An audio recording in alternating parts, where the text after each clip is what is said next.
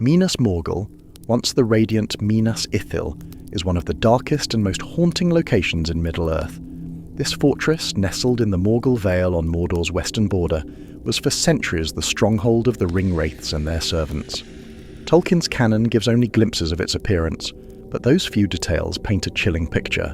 A corpse-lit citadel emanating dread, filled with sorcery and decay. In this deep dive, we'll explore what might have been inside Minas Morgul, starting with known lore and gradually venturing into logical speculation. Each section will examine a different part of the dead city, from its ghastly gate to its cursed tower and shadowy inner halls. From moonlit beauty to a city of the dead. Minas Morgul was not always a den of evil. It began as Minas Ithil, the Tower of the Moon, a beautiful sister city to Minas Anor, also known as Minas Tirith, founded by Isildur. In its heyday, Minas Ithil was a shining white marble city with gleaming courts and a tall silver tower that captured the moonlight. In fact, it housed one of the 7 Palantiri, the Ithil stone, and even the first white tree of Gondor in its courtyard. All of that changed when Sauron's forces captured the city. The white tree was burned and the Palantir seized by the enemy. Over the centuries of occupation, Minas Ithil was perverted into Minas Morgul, the Tower of Black Sorcery. Its fair architecture decayed and was defiled, now glowing with an eerie light of its own. The very name Morgul means sorcery, or black arts, signalling the dreadful transformation. This context is important because many structural features from the Minas Ithil days likely remained, albeit twisted, inside Minas Morgul. For example, the Great Tower still stood, but where once it shone with moonlight, it now glowed with a sickly, ghastly luminescence. The following quote from Tolkien captures the dread of Minas Morgul perfectly. "All was dark about it, earth and sky, but it was lit with light. Not the imprisoned moonlight welling through the marble walls of Minas Ithil long ago, Tower of the Moon, fair and radiant in the hollow of the hills. Paler indeed than the moon ailing in some slow eclipse was the light of it now, wavering and blowing like a noisome exhalation of decay, a corpse light, a light that illuminated nothing. The bridge and gates of dread. Approaching Minas Morgul, any intruder would first encounter the Bridge of Morgul spanning the poisoned stream of the Morgul Duin. The bridge was made of white stone and arched over the dark, steaming waters. On each end of this bridge stood hideous statues, figures carved in corrupt forms, half human and half beast, twisted and loathsome. These statues likely served as silent sentinels. In Tolkien's The Two Towers, Frodo noted similar ominous stone figures called the Watchers at the Tower of Cirith Ungol. Evil spirits were set in such statues, so it's conceivable that the grotesque figures at Minas Morgul's bridge were also imbued with a vigilant evil presence, though this is speculative. Crossing the bridge under the pale glow of Morgul's corpse light, one would face the Great Gate of Minas Morgul. Tolkien describes this gate as a black, cavernous mouth in the outer wall, gaping open with a threatening emptiness. The gate's archway is likened to an open mouth with gleaming teeth, conveying the sense that the city itself hungers for living souls. It was through this gate that the Witch King's armies issued forth silently on the eve of the war, an endless stream of black-clad orcs, wargs, trolls, and even men in Sauron's service. When open, the gate revealed only darkness within, no friendly lights or activity, which must have been utterly chilling to behold. In Peter Jackson's film adaptation, this gate is flanked by leering stone sentinels, an interpretation consistent with the book's tone. Even in the book, it's implied that dreadful watchers warded the threshold, projecting terror. Gandalf later notes that such evil pervaded the valley that the minds of living men would turn to madness and horror if they dared set foot there. One can imagine that simply standing before Minas Morgul's gate would cause overpowering fear and nausea, as Frodo and Sam experience from a distance. Inside the gate, the outer walls of Minas Morgul form a great ring around the city. Those walls were still the white marble of old Minas Ithil, but no longer radiant with moonlight. Instead, they glowed with a pale, corpse-like light from within, wavering and blowing like a noisome exhalation of decay. Importantly, this sickly luminescence illuminated nothing. It was a glow that gave no comfort or clarity, only a sense of rot and dread. The walls and battlements had many windows and arrow slits, but in Frodo's glimpse they appeared utterly dark, like countless black holes looking inward into emptiness. It was as if the city was hollow and lightless at its core, concealing whatever horrors lurked inside. The silent courtyards and streets. Passing through the gate, one would enter the courtyards and streets of Minas Morgul, a place as silent as the grave. This was once a living city with white houses and laughing fountains. By the late Third Age, however, it was a dead city. No ordinary folk dwelt here, only the enemy's minions. The silence was palpable. When Frodo witnessed the Morgul host depart, he noted the army moved in eerie, soundless coordination. We can infer that within the walls the streets were empty of any normal bustle. No marketplaces, no craftspeople, only the tramp of orc feet and the whispers of dark plots. The very paving stones of the roads gleamed with a wan light, perhaps a remnant of old enchanted construction, which made the black-armoured soldiers visible against it. This ghostly illumination of the pavement and buildings contributed to the sense that the city was lit by an undead glow. Ruined buildings likely lined the main streets. Minas Morgul would still have the layout of the old Gondorian city, maybe a main avenue leading up toward the citadel and tower, but many structures could have been in decay. The Great Plague in 1636 of the Third Age had already devastated Minas Ithil's population, leaving much of it empty even before the Nazgul conquered it. Those empty houses and mansions once fair would have fallen into disrepair over centuries. We might picture cracked marble statues and broken domes overtaken by darkness and strange fungi.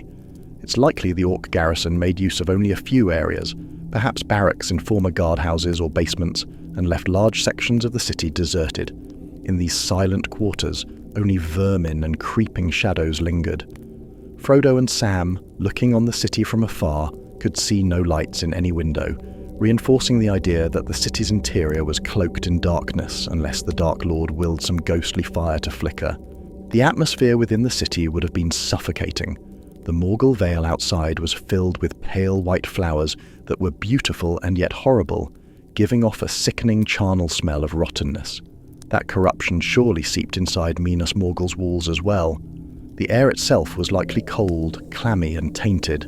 We read that vapours from the Morgulduin River curled about the bridge and were deadly cold.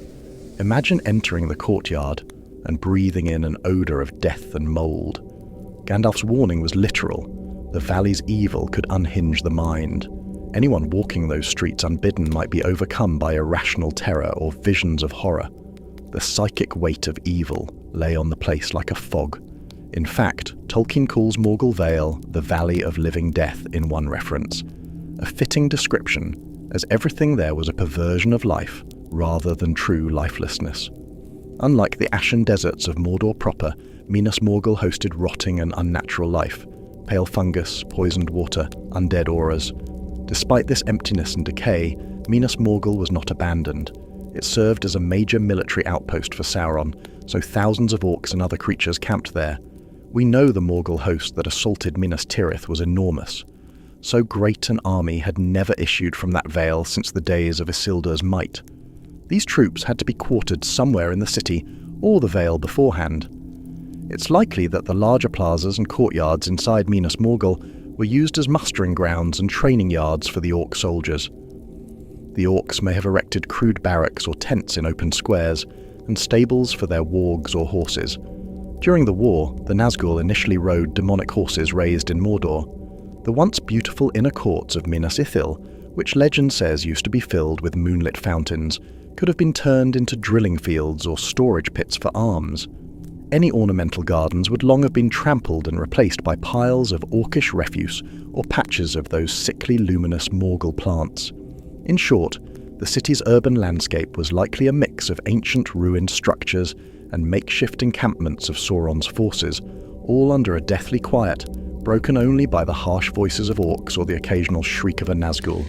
It's worth noting that no ordinary civilians lived in Minas Morgul by the late Third Age. There were likely no women or children, no farms or markets. Any human presence would have been limited to evil men in Sauron's service, for instance, garrison commanders or lieutenants. We know that the Witch King of Angmar ruled Minas Morgul, and under him was a second-in-command called Gothmog, the lieutenant of Morgul. Tolkien doesn't state Gothmog's race, but fans debate whether he was an orc, as portrayed in the films, a black Númenórean man, or even another Nazgul. Whoever he was, Gothmog likely administered the fortress when the Witch King was away and coordinated the orc armies. Besides him, some Easterling or Southron officers might have occasionally been present, since Frodo saw men from Harad, Khand and Rhûn in the Morgul host. Perhaps these men camped outside in the valley or in the lower city before marching to war. If any corrupted men ever dwelt in the city for long, they would have to be utterly hardened to its evil. It's just as likely that men found the place unbearable and only entered it on the eve of battle. In sum, Minas Morgul's population consisted of the Witch King and fellow Nazgul, when in residence, a great many orcs, some trolls and other creatures, and possibly a few human servants of Sauron. The Tower of Black Sorcery, Minas Morgul's keep. At the heart of the city rose the tall tower of Minas Morgul, the former pride of Minas Ithil. This tower was the seat of the Witch King's power, effectively his citadel. Even from far away, its appearance was fearsome. Frodo could see the tower high on the rocky base of the city and noticed something very uncanny. The topmost course of the tower slowly revolved, first one way then the other, as if scanning the valley. Upon this rotating turret was a huge ghostly image of a leering head that turned with the tower's movement.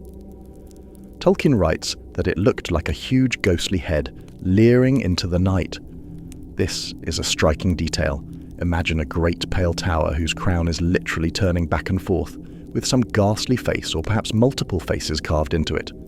In the days of Minas Ithil, that very tower likely held the mechanisms or magic to catch and reflect moonlight. It was said to revolve even long ago, perhaps as an architectural marvel. But by the time of Minas Morgul, the effect was wholly sinister. The rotating head might be a kind of fell sentinel, magically watching over the Vale. It gives the impression that the tower itself is alive and aware. Inside that tower would have been the great hall or throne room of the Witch King. Gondorian fortresses traditionally have a main keep with a hall for the Lord. We can safely assume the Witch King established his seat in the tower's upper chambers. There, he would confer with his lieutenants and brood over his sorceries. The furnishings of such a hall are not described, but one can imagine it as a dark parody of a king's throne room. Perhaps the high-vaulted chamber once held Isildur's seat, or a meeting place of Gondorian nobles. In Minas Morgul it might have been left largely bare, except for sinister ornaments. Tattered black banners bearing the lidless eye, or the symbol of the moon twisted into a skull could hang from the walls. Speculative, but emblematic. The Witch King's own throne might be a cold seat of stone or iron. Considering his nature, he had no need for comfort or warmth. The hall would be unlit by fire, illuminated only by that greenish corpse light emanating through cracks in the marble. Any light in the tower likely came from torches with sickly green flame or sorcerous crystals. It was said that, in Minas Morgul, no light was truly lit. The illumination was an unnatural glow. One feature that did exist in this tower in the past was the Palantir Chamber. As Minas Ithil, the tower housed the Ithil Stone for communication across the realm. That seeing stone was captured by the Nazgul in 2002 of the Third Age and delivered to Sauron. By the War of the Ring, the stone was very likely kept by Sauron in Barad-dûr and presumably used to torment Denethor from afar. Thus, in Minas Morgul, the Palantir's resting place would have been an empty socket or stand, possibly atop the tower or in a high vault. It's tempting to imagine the Witch King using that chamber for his own dark magic once the stone was gone. Perhaps he stood there to commune mentally with Sauron, or to send out evil dreams. The architecture of the room might have remained, a round, domed observatory at the tower's summit. If the tower's peak rotated, that whole room could rotate, an unnerving thought if you were inside. This rotation might have been a mechanism to survey the horizon, a clever Númenórean design, now co-opted as a means to scan for intruders or send signals. Deep within the tower would be the Witch King's private lair. Tolkien doesn't describe this, but we can extrapolate. The Nazgul, being undead sorcerers, likely kept ancient texts of spells or arcane devices. While Sauron was the chief necromancer, the Witch King was known as a sorcerer who practiced dark arts. He's called the Morgul Lord, implying mastery of black magic. Inside Minas Morgul's tower, there could have been a library or study of evil lore, perhaps scrolls of curses, maps of Gondor and Rohan for war, and old relics captured from fallen enemies. For example, it's conceivable the Witch King kept trophies like shattered swords of Westernese heroes or the helm of some slain Gondorian captain. The Witch King might perform necromantic rites here, calling on wicked spirits. We know from the lore that he summoned Barrow-wights to infest the Barrow Downs long ago, indicating he had the knowledge to bind evil souls to places. Minas Morgul itself was said to house powerful sorcery and wicked spirits, besides the Nazgul. This suggests that within the city, likely centered on the tower, there could be invisible presences or wraith-like entities under the Witch King's command. They might lurk in the shadows of the hall, or patrol the battlements like unseen ghosts, augmenting the terror of the place. Another likely room in the tower was some form of armory or forge, especially dedicated to the crafting of Morgul weapons. The most infamous is the Morgul blade that the Witch King used on Weathertop, a cursed dagger whose fragment could turn a victim into a wraith. Aragorn recognized that dagger immediately, which means such weapons were known to the wise. It stands to reason that forges in Minas Morgul produced enchanted weapons and armor for the Nazgul's use.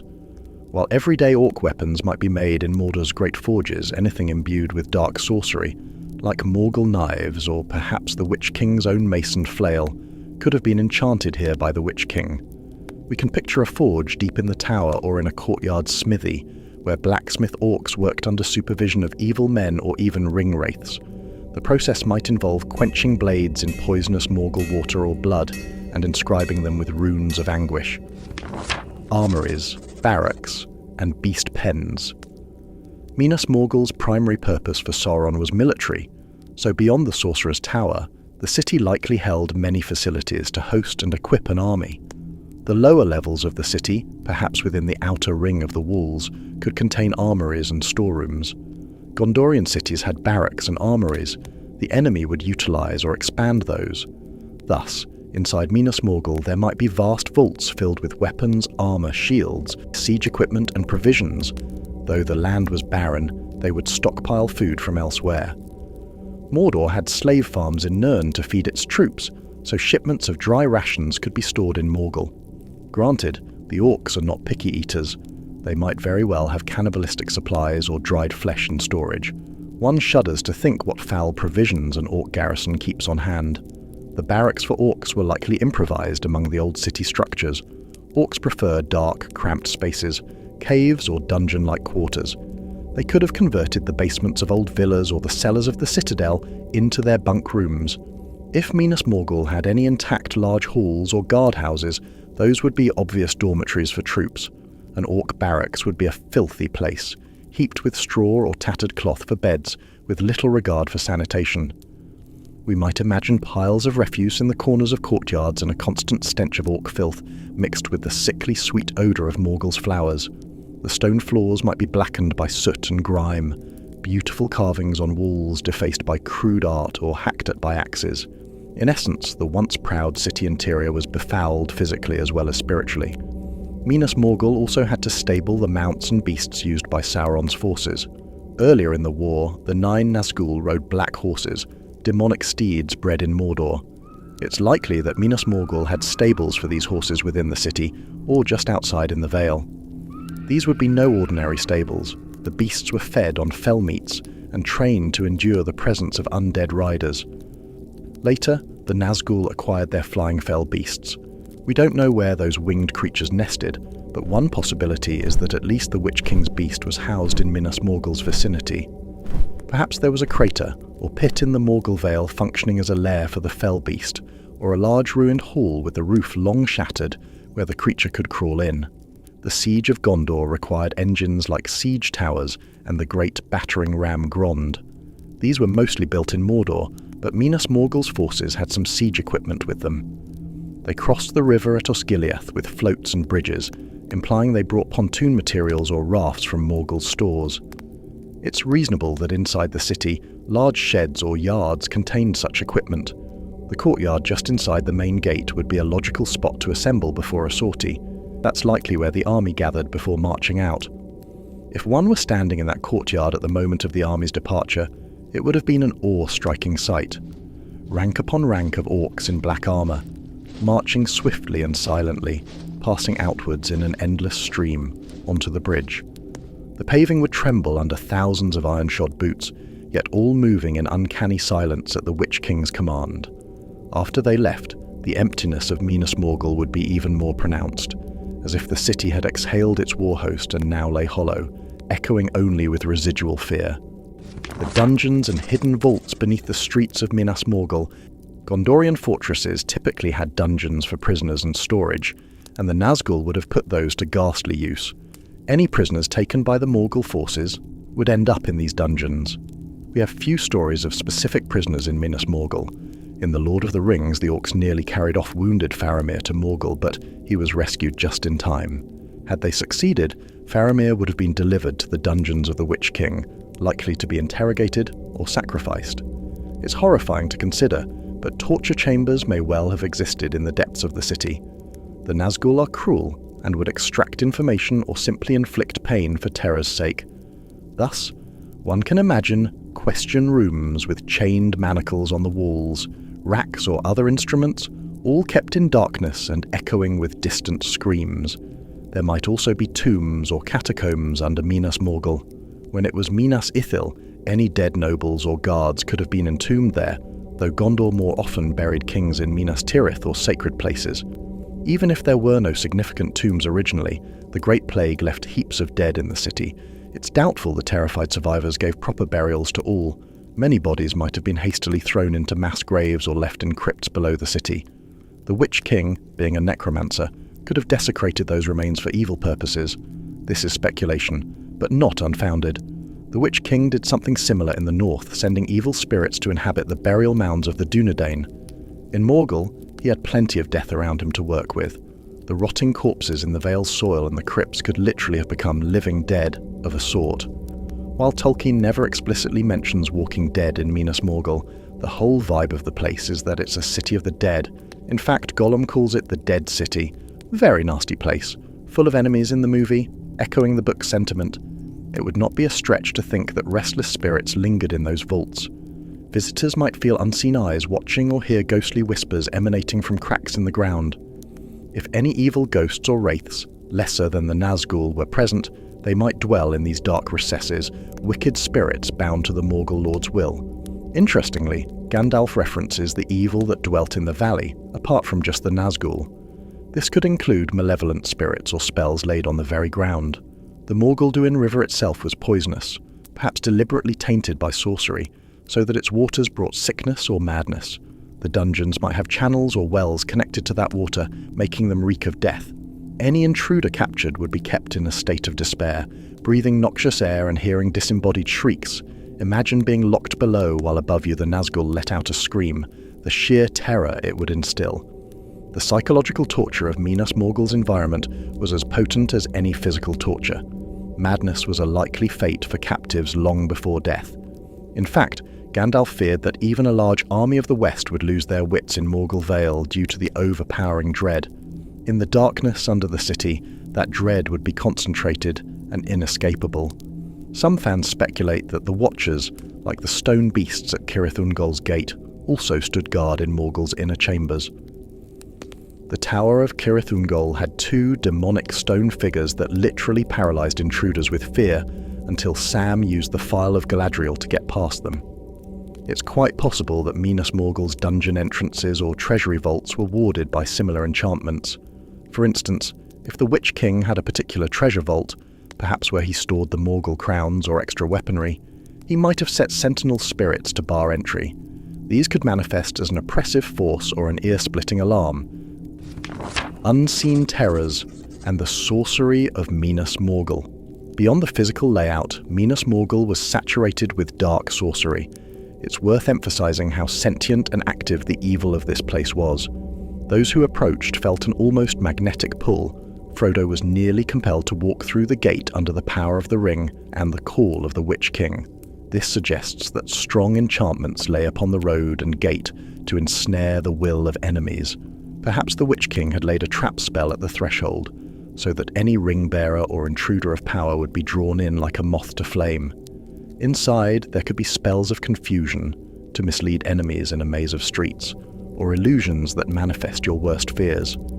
The very light of Minas Morgul was described as an emanation of decay, as if the city exhaled evil.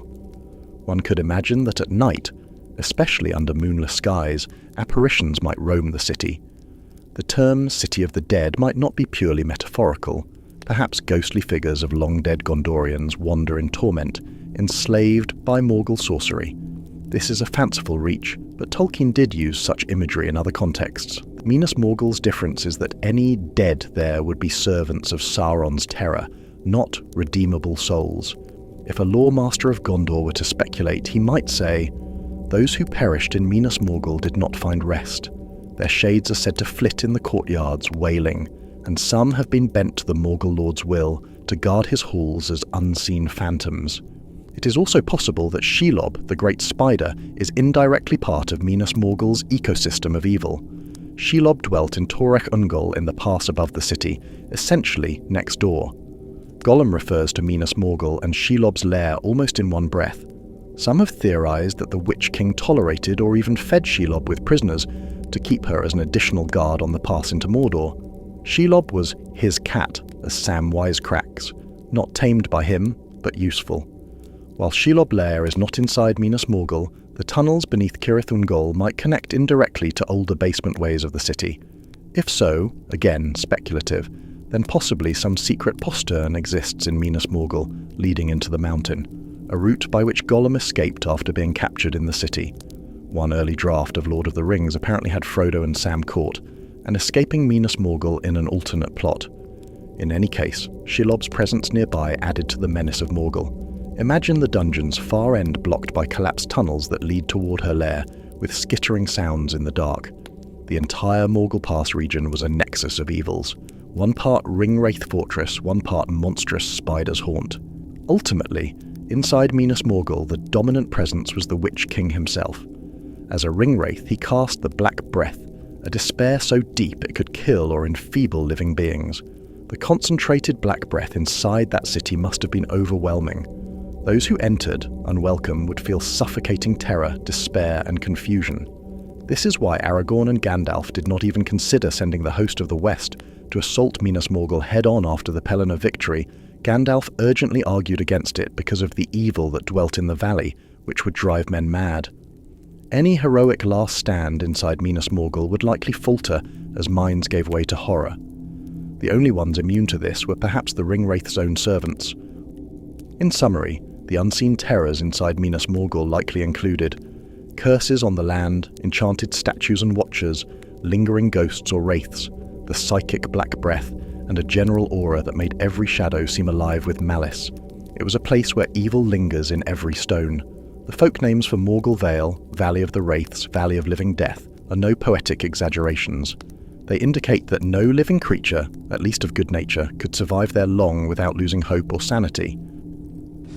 The fate of Minas Morgul.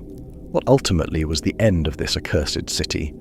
After the fall of Sauron, the army of the West did not immediately move into Minas Morgul. They had no need. The enemy was already defeated. Instead, they took steps to ensure it could never be used for evil again.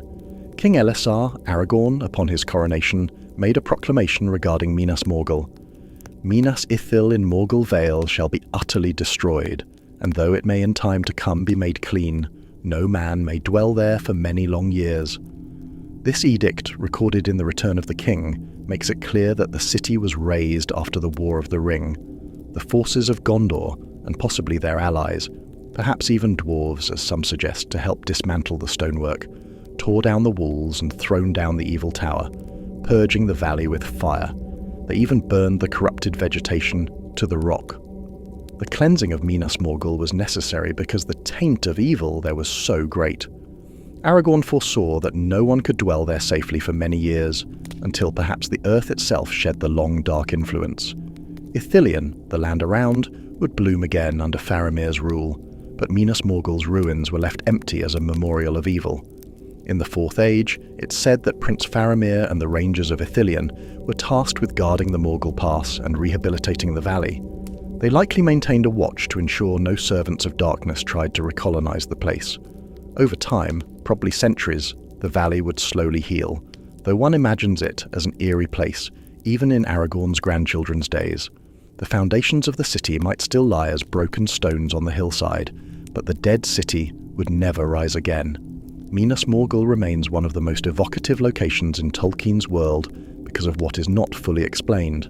Tolkien gives us a framework, a once beautiful city turned into an acropolis of sorcery, inhabited by an inhuman terror. Within that framework, we can logically fill in details of barracks, towers, dungeons, and haunted halls. Much of this interior vision is informed speculation, but it aligns with the atmosphere Tolkien created. Minas Morgul was a monument to the corrosive power of Sauron, a place where even stone and light were twisted to evil. Whether one imagines ghostly armies drilling in its courtyards, or orcs quaking under the glare of the Witch King in a throne room of shadows, the consensus is that nothing good dwelt inside Minas Morgul, only death, decay, and dread. It is a mercy to the free peoples of Middle-earth that this dreadful fortress was cleansed and thrown down after the war, ending the long dark chapter of the Tower of Sorcery. As Frodo and Sam's experience suggests, even a glimpse of Minas Morgul is enough to chill the soul. To walk its streets would be to tread in nightmare. Thanks for joining us by the fire tonight. Now over to you. What do you think existed within Minas Morgul, and do you think we missed something? If you enjoyed this deep dive into one of the darkest places in Middle-earth, be sure to check out our channel. We have previously covered the inside of Barad-dûr and Utumno along with other dark corners that might be of interest. Until next time, stay safe and stay by the fire.